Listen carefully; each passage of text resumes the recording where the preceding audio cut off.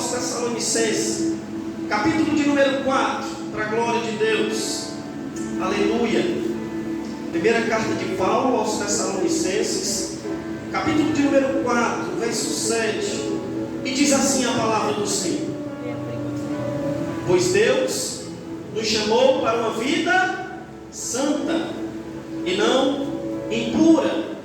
Repetindo, pois Deus nos chamou para uma vida santa e não impura. Amém, meus irmãos? Sente em nome de Jesus.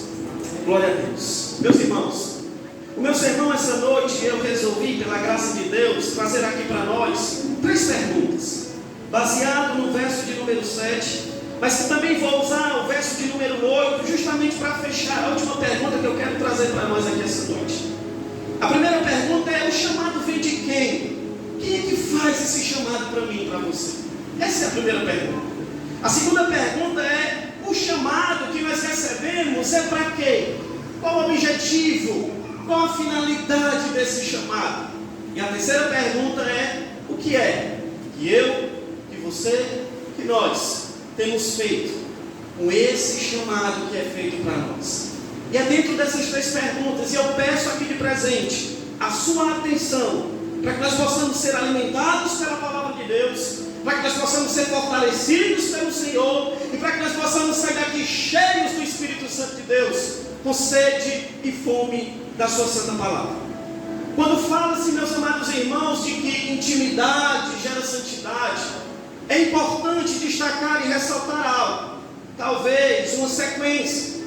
Eu quero dizer para você que a palavra intimidade, ela está intimamente ligada, ela está intimamente conectada, fundamentada por uma palavrinha chamada obediência.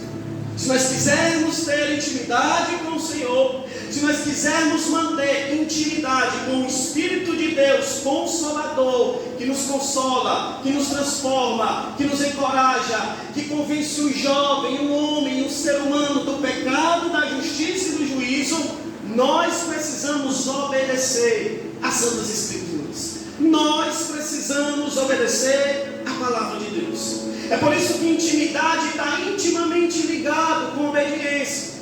Agora pense comigo, veja essa lógica.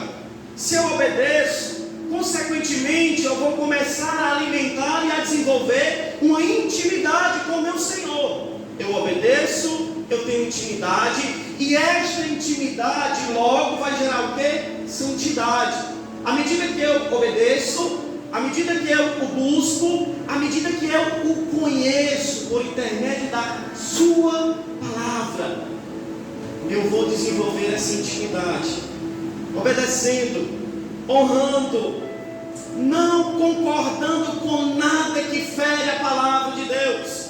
É por isso que quando eu obedeço, gera intimidade, intimidade gera santidade. No final, o que nós podemos entender é que quando eu e você nós somos santos e caminhamos numa vida de santificação, nós seremos diferentes. Guarde no seu coração que o Deus que nós servimos é um Deus diferente. Os outros deuses, como diz no Salmo, tem boca, mas não fala, tem ouvidos, mas não ouvem, tem membros, mas não mexe, não sabe tocar. Em contrapartida, nós servimos um Deus que fez todas as coisas.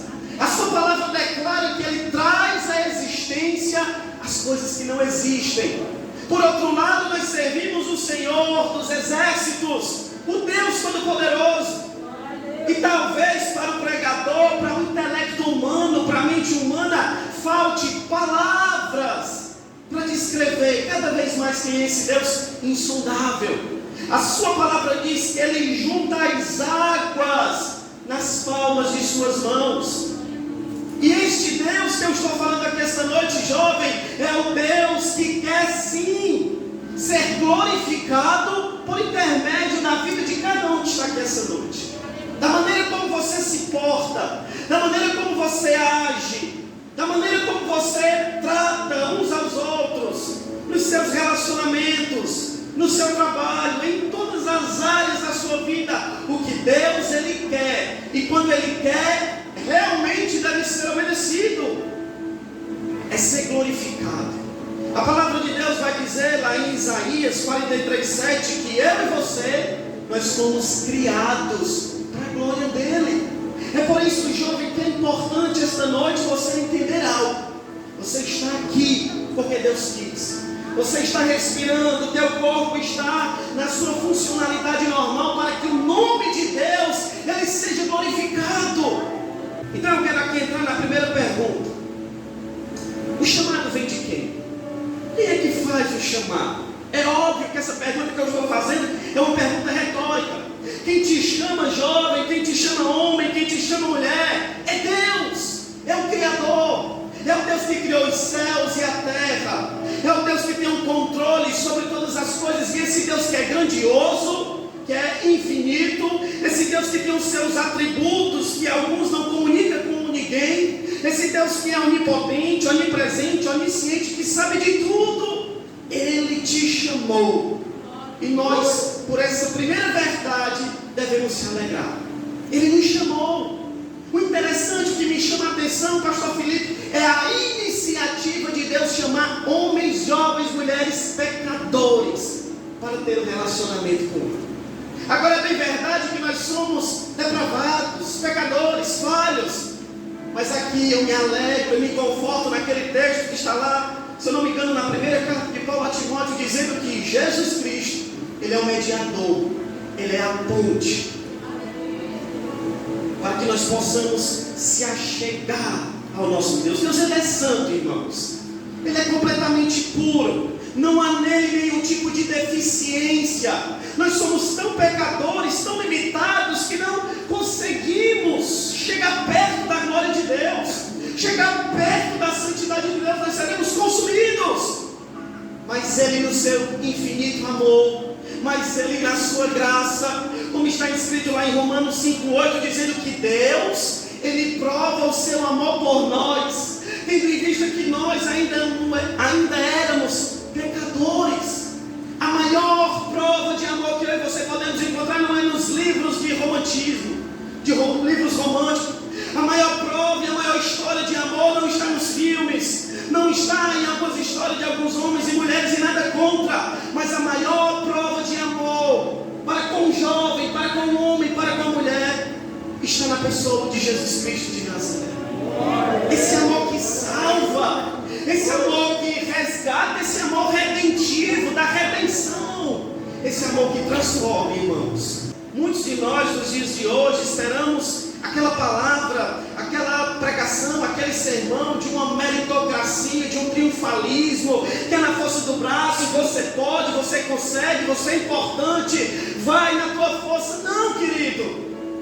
Alguém só pode ser algo se houver a graça de Deus na vida dele. O segredo e o sucesso da minha e da sua vida espiritual, o segredo e o sucesso da tua vida jovem está em Jesus Cristo de Nazaré, o Filho de Deus. Somente nele. Portanto, é importante nós entendermos isso. Quem é que faz o chamado para a minha vida? É Deus. Deus te chamou. Deus, na sua infinita sabedoria, chamou a você para que você vivesse aqui nesse meio, ajudasse os irmãos que estão aqui na frente do trabalho da igreja, para que somasse. O seu papel aqui dentro da igreja de Cristo em Sobral é somar, é multiplicar, é trazer outros jovens.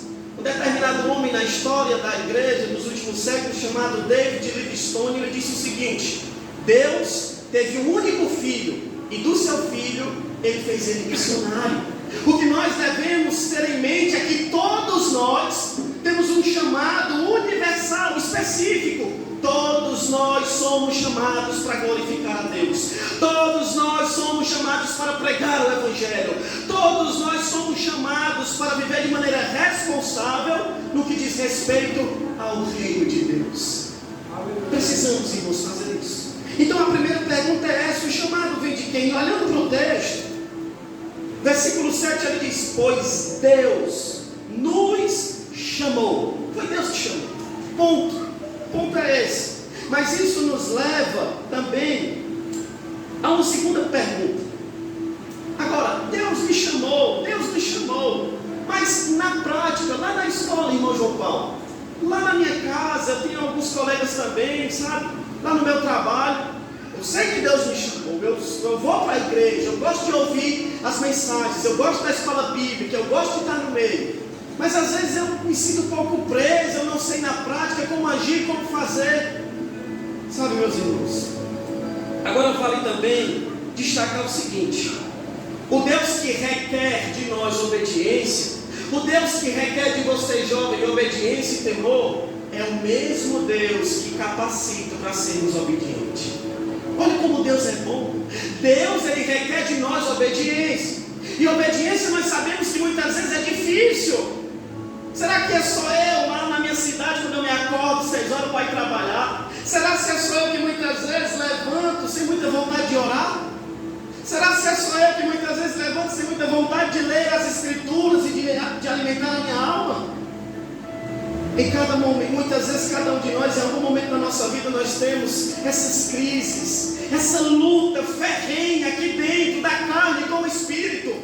Mas o mesmo Deus que diz que nós devemos orar, o mesmo Deus que diz que nós devemos buscar conhecê-lo através da palavra, o mesmo Deus que requer obediência em geral do seu povo, é o mesmo Deus que capacita, que derrama toneladas e toneladas de graça. Glória a Deus. Deus, Ele nos chama. Agora o chamado é para quê? O chamado, aqui no verso de número 7, se você observar comigo, ele diz: pois Deus nos chamou. E agora aqui vai ter algo positivo e algo negativo. A questão positiva é: Deus nos chamou para quê? Para uma vida santa. Foi para isso. E não para uma vida impura. E nós devemos estar atentos a isto. Talvez, infelizmente, em muitos lugares, a palavra santidade ou pregação sobre santidade está em extinção. Talvez a palavra, o assunto, a doutrina da santificação em muitos lugares, talvez está em extinção. E nós precisamos fazer este resgate nos dias de hoje. Você que é jovem, nós, todos que estamos aqui, precisamos fazer esse resgate no que diz respeito à santificação. Então nós somos chamados para viver uma vida santa. E irmão, o que é santificação? O que é santidade?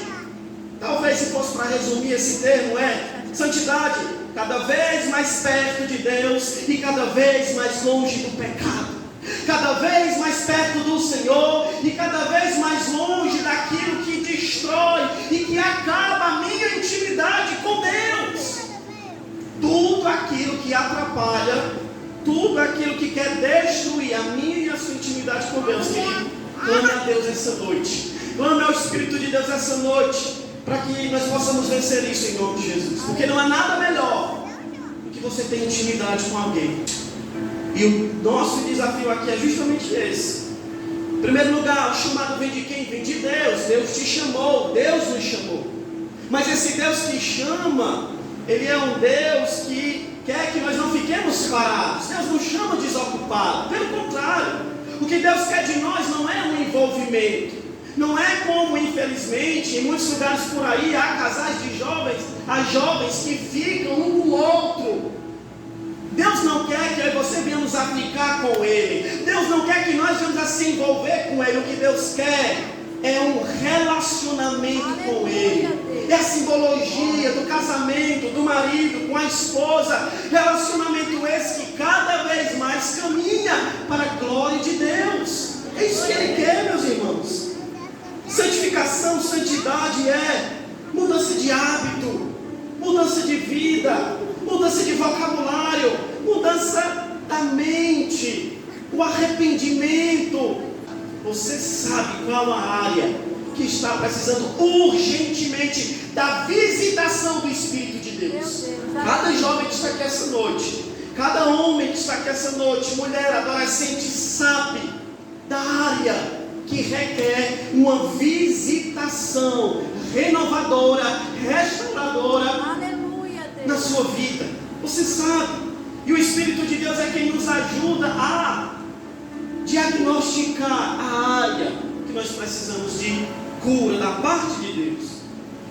O chamado é para isso, para sermos santos. A santidade é justamente o processo pelo qual Deus nos torna mais e mais parecidos com Jesus.